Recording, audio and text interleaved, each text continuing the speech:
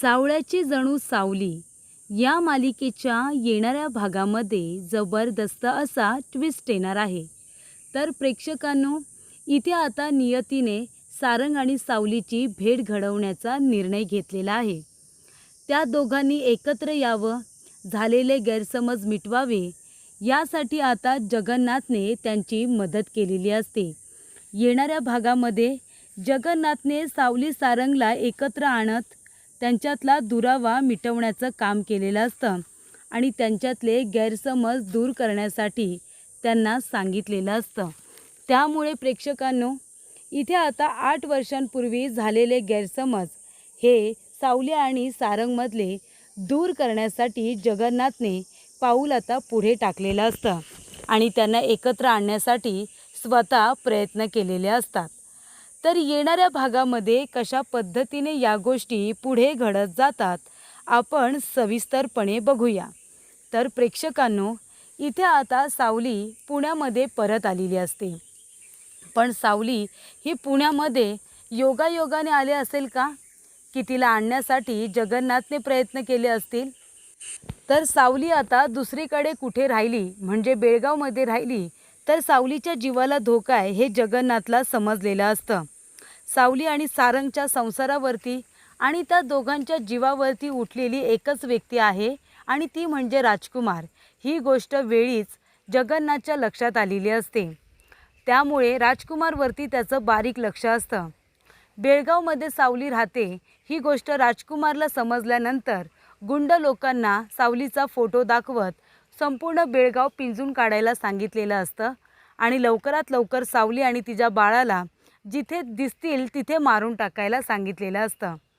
ही गोष्ट समजल्यानंतर इथे आता सावलीला पुण्यामध्ये कसं आणायचं, तर इथे गुरुकुलचं नाव पुढे करायचं, तिथे चांगली आता तिला नोकरी आहे संगीत टीचरची असं सांगून तिला आपण पुण्यामध्ये परत आणू शकतो. त्यामुळे या सगळ्या गोष्टी जगन्नाथने घडून आणलेल्या असतात, फक्त आणि फक्त इथे सावलीला पुण्यामध्ये परत आणण्यासाठी. सावली आणि इथे अबीर पुण्यामध्ये आल्यानंतर ते जगन्नाथला भेटतात आणि मग प्रेक्षकांनो, आपण बघितलं की जगन्नाथ तिला घरी घेऊन येतो आणि आपल्या मुलीला नातवाला व्यवस्थित सांभाळत असतो. सावलीचं संपूर्ण लक्ष गुरुकुलकडे असतं, पण इथे जगन्नाथ त्याच्यामध्ये जास्त रस घालत नसतो. तेव्हा तो म्हणत असतो की डागडुजी बाकी आहे, बाकीचं नंतर बघू. सावली म्हणते, असं कसं? आपल्याला बघायला हवं ना, गुरुकुल पुन्हा एकदा चालू करायला हवं. मी इथे आली आहे म्हणजे पुन्हा एकदा आपल्याला गुरुकुल पहिल्यासारखं चालू करायला नको का? त्यासाठीच तर मी आली आहे ना इथे नोकरी करायला. मी जे काम करते ते मला व्यवस्थित करायला नको का? तेव्हा जगन्नाथ म्हणतो, खरं सांगायचं तर मुलं खूप कमी आहेत. गुरुकुल चालू करून काय करायचं? मुलं खूप कमी आहेत, थोडेफार ॲडमिशन होऊ देत.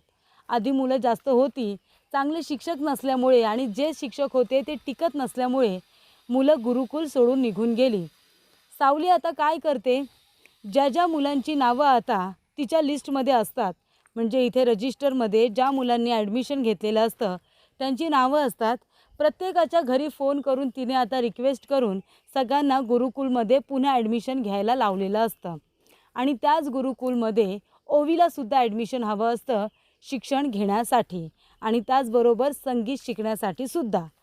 तेव्हा इथे ओवीचं ॲडमिशनसुद्धा लवकरच त्या गुरुकुलमध्ये होणार असतं. आणि तेव्हा प्रेक्षकांनो, सावलीने आता पुढाकार घेऊन आपल्या वडिलांना जगन्नाथला मदत केलेली असते गुरुकुल चालू करण्यासाठी. आणि तेव्हा इथे ठरल्याप्रमाणे मुलं आता ॲडमिशनसाठी येतात आणि सावलीने समजवल्यानंतर पालक आपल्या मुलांचं ॲडमिशन पुन्हा एकदा गुरुकुलमध्ये इथे आता मनामध्ये कुठलीही शंका न ठेवता करत असतात.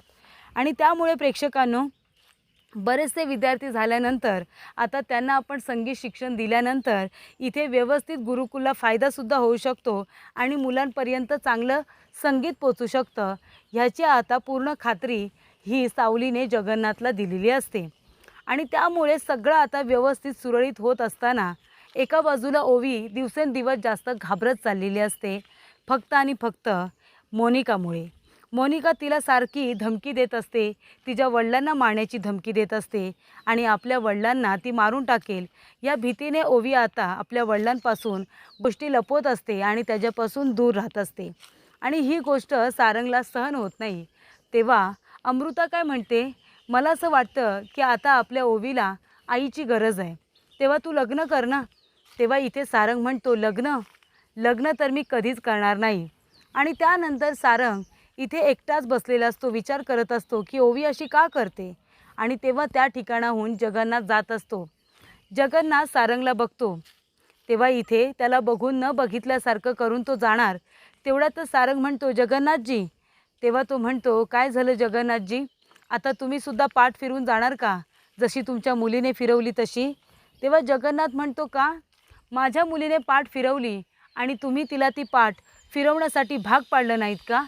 तेव्हा सारंग म्हणतो, चुकलं माझं, तिच्या मी कानाखाली दिली. त्यानंतर आईने तिला घरातून बाहेर काढलं तेव्हा मी काही बोललो नाही, गप्प बसलो. चुकलं माझं, मी माझी चूक मान्य करतो. पण तिचं प्रेम होतं ना माझ्यावरती, मी चुकलो तर लगेच तिने मला सोडून जायचं का.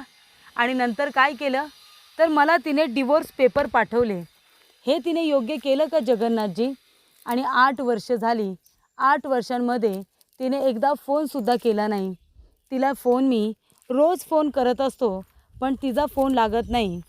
कदाचित तिने नंबर बदलला असेल, पण तिने एकदा तरी माझ्याबरोबर कॉन्टॅक्ट करण्याचा प्रयत्न का नाही केला. इतका राग आला माझा.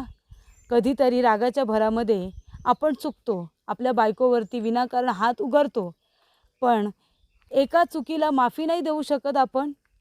तेव्हा इथे तिने मला डिवोर्स पेपर पाठवून ती मोकळी झाली, पण मी मात्र रोज मरतोय. मी माझ्या चुकीची शिक्षा अगदी रोज भोगतोय. तेव्हा इथे आता जगन्नाथ म्हणत असतो की सावलीने तुला डिवोर्स पेपर पाठवले असं तुझं म्हणणं आहे. तेव्हा तो म्हणत असतो, हो, डिवोर्स पेपर पाठवले तिने राजकुमार दादाबरोबर. ती म्हणाली की सारंगला याच्यावरती सही करायला सांगा. आता तुम्ही सांगा जगन्नाथजी, अहो एक कानाखाली दिल्यानंतर माणूस नातं संपवतं का. तुम्हाला खरंच असं वाटतं की मी ते डिवोर्स पेपर साईन केले असतील. तिने डिवोर्स पेपर मी साईन करून दिले नाही, त्याची वाटसुद्धा बघितली नाही, सरळ मला सोडून कुठेतरी निघून गेली. तुम्हाला माहिती असेल ना, कारण ती तुम्हाला नक्की सांगेल ती कुठे आहे ते. सांगा ना जगन्नाथजी, कुठे आहे माझी साऊ. मला तिला भेटायचं आहे. तिला माझ्याशी बोलायचं नाही आहे ना, काहीच हरकत नाही. फक्त एकदा पाय धरून तिची माफी मागू द्या. मनामध्ये माझ्या जे गिल्ट आहे ना, ते निदान माफी मागून तरी कमी होईल. कुठे गेले माझी सावली, कशी राहते एकटी, कुठे राहते, कुठल्या माणसांबरोबर आहे, मला काहीच माहिती नाही आहे. तेव्हा इथे जगन्नाथ म्हणतो, सावली आहे ती, जिथे जाईल तिथे मन मिळावू स्वभावाने माणसं कमावेल आणि सगळ्यांना आपलंसं करेल. तुला तर माहितीच आहे, सगळे तुझ्या घरात तिच्या विरोधात होते, कोण तिच्या बाजूने होतं, पण तरीसुद्धा तिने सगळ्यांना तिच्या मायेने, तिच्या गोड बोलण्याने, प्रेमाने जिंकलंच ना. तसं ती बरोबर सगळ्यांचं मन जिंकेल. तेव्हा इथे सारंग आता रडत असतो. तो म्हणत असतो, जगन्नाथजी, मला फक्त एकदा सावलीला भेटू द्या आणि मनापासून तिची माफी मागू द्या, मग मला कसली चिंता नाही. तेव्हा जगन्नाथ म्हणतो की मला खरंच माहिती नाही आहे की सारंग कुठे आहे. तेव्हा इथे जगन्नाथ सारंगला काहीच बोलत नाही. सारंग घरी जातो आणि सावलीला म्हणत असतो की सावली, आज मला सारंग भेटला होता. सावली म्हणते, मग काय बोलत होते सारंग सर. तेव्हा जगन्नाथ म्हणतो, सावली, तू प्रेग्नेंट आहे ही गोष्ट सारंगला माहिती होती का. ती म्हणते, हो, प्रेग्नन्सी रिपोर्ट मी राजकुमार दादांबरोबर तर पाठवले होते ना, त्यांना सरप्राईज देण्यासाठी, त्यांना दाखवण्यासाठी, त्यांना आनंद होईल असं मला वाटलं होतं, पण त्यांनी तर साधा फोनसुद्धा केला नाही, मला घरी बोलावलं नाही. मला तर वाटलं होतं की तिलोत्तमा मॅडम ह्या मला नक्की बोलावतील, पण त्यांनी मला बोलावलं नाही. आता तुम्ही मला सांगा, मी प्रेग्नेंट आहे ते रिपोर्ट मी राजकुमार दादांबरोबर दिलेले असतानासुद्धा इथे सारंग सरांनी मला फोन नाही केला, मला ते भेटायला आले नाही, मला शोधायला आले नाही, घरीसुद्धा परत मला बोलावलं नाही. हो, असं त्यांनी का केलं असेल. म्हणजे याचा अर्थ असाच होतो ना की त्यांना मी या घरामध्ये नकोशी झाली आहे, बरोबर ना. त्यांनासुद्धा मी नकोशीच झाले होते, म्हणून तर मला सारंग सरांनी परत शोधण्याचा प्रयत्नसुद्धा केला नाही. तेव्हा इथे जगन्नाथ म्हणतो, सावली, सारंगला माहितीच नाही आहे की तू प्रेग्नेंट आहेस, कारण त्याच्यापर्यंत राजकुमारने तुझे प्रेग्नन्सी रिपोर्ट नाही तर तुझे डिवोर्स पेपर पोचवले होते. तेव्हा इथे सावली म्हणते, काय डिवोर्स पेपर? मी का सारंग सरांना डिवोर्स पेपर पाठवेन? तेव्हा इथे जगन्नाथ म्हणतो, तेच तर सावली मी तुला सांगण्याचा प्रयत्न करतोय. राजकुमारला जर तू प्रेग्नन्सी रिपोर्ट दिले होतेस तर त्या हॉस्पिटलच्या फाईलमध्ये डिवोर्स पेपर कुठून आले?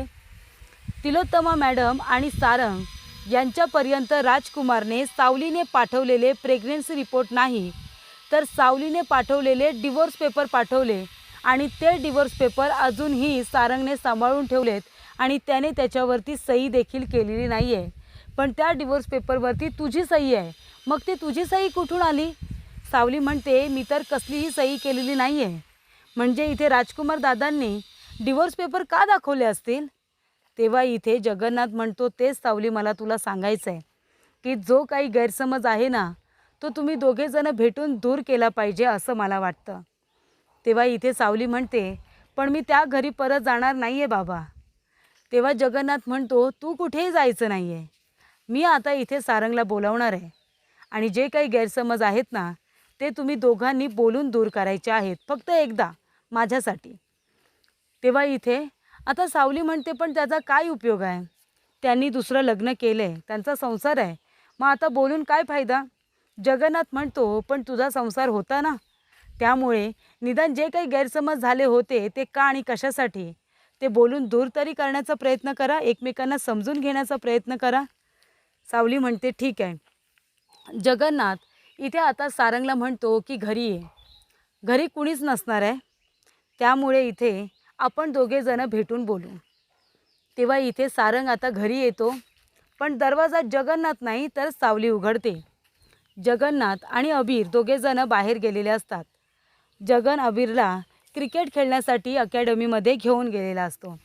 सावलीने दरवाजा उघडल्यानंतर इथे आता सारंगचे डोळे पाण्याने भरून जातात. सावलीला बघितल्यानंतर तो खूपच जास्त हळवा होतो आणि सावलीला बघून रडायला लागतो. आणि तेव्हा प्रेक्षकांनो सावली म्हणते, काय झालं, तुम्ही रडताय का? तेव्हा इथे सारंग म्हणत असतो, सावली तुला कुठे कुठे नाही शोधलं. 8 वर्षानंतर सारंगने सावलीला मिठी मारलेली असते. तेव्हा इथे सावली म्हणते, तुम्ही कशासाठी रडताय सारंग सर? 8 वर्ष तुम्ही मला शोधण्याचा प्रयत्न केला नाहीत का? तो म्हणतो, सावली जेव्हापासून तू घर सोडून गेलेस तेव्हापासून आत्तापर्यंत मीला शोधतच आहे. तेव्हा इथे तू मला एकदा माफ नाही करू शकलीस? माझं चुकलं, मी तुझ्या थोबाडीत दिली, पाया पडतो आणि त्यासाठी तुझी माफी मागतो, खरंच मनापासून माफी मागतो. तेव्हा माझं चुकलंच होतं, पण तू एकदा मला माफ का नाही केलंस? का तू मला डिवोर्स पेपर देऊन निघून गेलीस? मी सही करतोय की नाही त्याचीसुद्धा तू वाट बघितली नाहीस. डिवोर्स पेपर दिलेस राजकुमार दादाकडे आणि सरळ निघून गेलीस. मला तेवढंसुद्धा तू पात्रतेचं समजलं नाहीस की एकदा माझ्याशी बोलावं. लग्न आपल्या दोघांचं झालं होतं ना, मग लग्न दोघांचं झालेलं असताना तू डिवोर्स देण्याचा निर्णय एकटीने कसा काय घेतला सावली? मी तुझ्या थोबाडीत दिली म्हणून तुला राग आला? मग तू माझ्या थोबाडीत दे दे दे माझ्या थोबाडीत. तेव्हा इथे सावली म्हणत असते, हे काय बोलताय तुम्ही सारंग सर? तुम्ही माझ्या थोबाडीत दिलीत म्हणून मला राग का येईल? हा थोडंसं वाईट वाटलं म्हणून त्यासाठी मी नातं तोडेन असं वाटलं तुम्हाला? आणि मी डिवोर्स पेपर तुम्हाला पाठवलेच नव्हते. राजकुमार दादांनी तुम्हाला डिवोर्स पेपर दाखवले, मी तर त्यांच्याकडे प्रेग्नन्सी रिपोर्ट पाठवले होते. तेव्हा इथे सारंग म्हणतो, काय प्रेग्नन्सी रिपोर्ट? तेव्हा इथे सावली म्हणते, हो सारंग सर, जेव्हा मी घरातून बाहेर पडले ना तेव्हा मला चक्कर आली होती. तेव्हा मी बाबुळगावमध्ये सरपंचांच्या घरी होते आणि तेव्हा त्यांनी सांगितलं त्यांच्या बायकोने की कदाचित मला दिवस गेलेत, तुम्ही हॉस्पिटलला जाऊन कन्फर्म करा. आणि हॉस्पिटलला जाऊन चेक केल्यानंतर मला दिवस गेलेत हे कन्फर्म झालं होतं. प्रेग्नन्सी रिपोर्ट घेऊन मी आनंदाने तुम्हाला आणि तिलोत्तमा मॅडम यांना दाखवायला आले होते. तेव्हा राजकुमार दादा म्हणाले की हे रिपोर्ट माझ्याकडे दे, मी आईला आणि सारंगला दाखवतो. पण त्यांनी तर तुम्हाला डिवोर्स पेपर दाखवले. तेव्हा इथे सारंगला तेव्हा कळतं की सावली त्यावेळेला प्रेग्नेंट होती आणि तेव्हा ती म्हणते की तुम्ही तर लग्न करून मोकळे झालात, तुम्ही तुमच्या संसाराला लागलात, पण मी अजूनही आपल्या बाळाला मोठं करते. 8 वर्षांचा आहे आपला अबीर. तेव्हा इथे अबीर आपला मुलगा आहे हे ऐकल्यानंतर सारंगला खूप मोठा धक्का बसतो आणि सारंग म्हणतो, सावली खरंच तुला असं वाटतं की मी माझ्या आयुष्यात पुढे गेलो आहे? मी सुद्धा एका मुलीला घरी आणलं आहे, छोट्या बाळाला, आणि मी लग्न केलेलं नाही आहे सावली. तुझ्याशिवाय मी दुसराच कुणाचाही विचार करू शकणार नाही. तर अशा रीतीने प्रेक्षकांनो, आता जगन्नाथने सावली आणि सारंगला एकत्र आणलेलं असतं, त्यांना बोलण्याची संधी दिलेली असते आणि त्यामुळे इथे आता जगन्नाथमुळे दोघेजण एकत्र येतात. 8 वर्षांपूर्वी आणि 8 वर्षांमध्ये जे जे काही घडले ते एकमेकांना सांगत दोघांमधले गैरसमज दूर करत आता एकत्र येतात.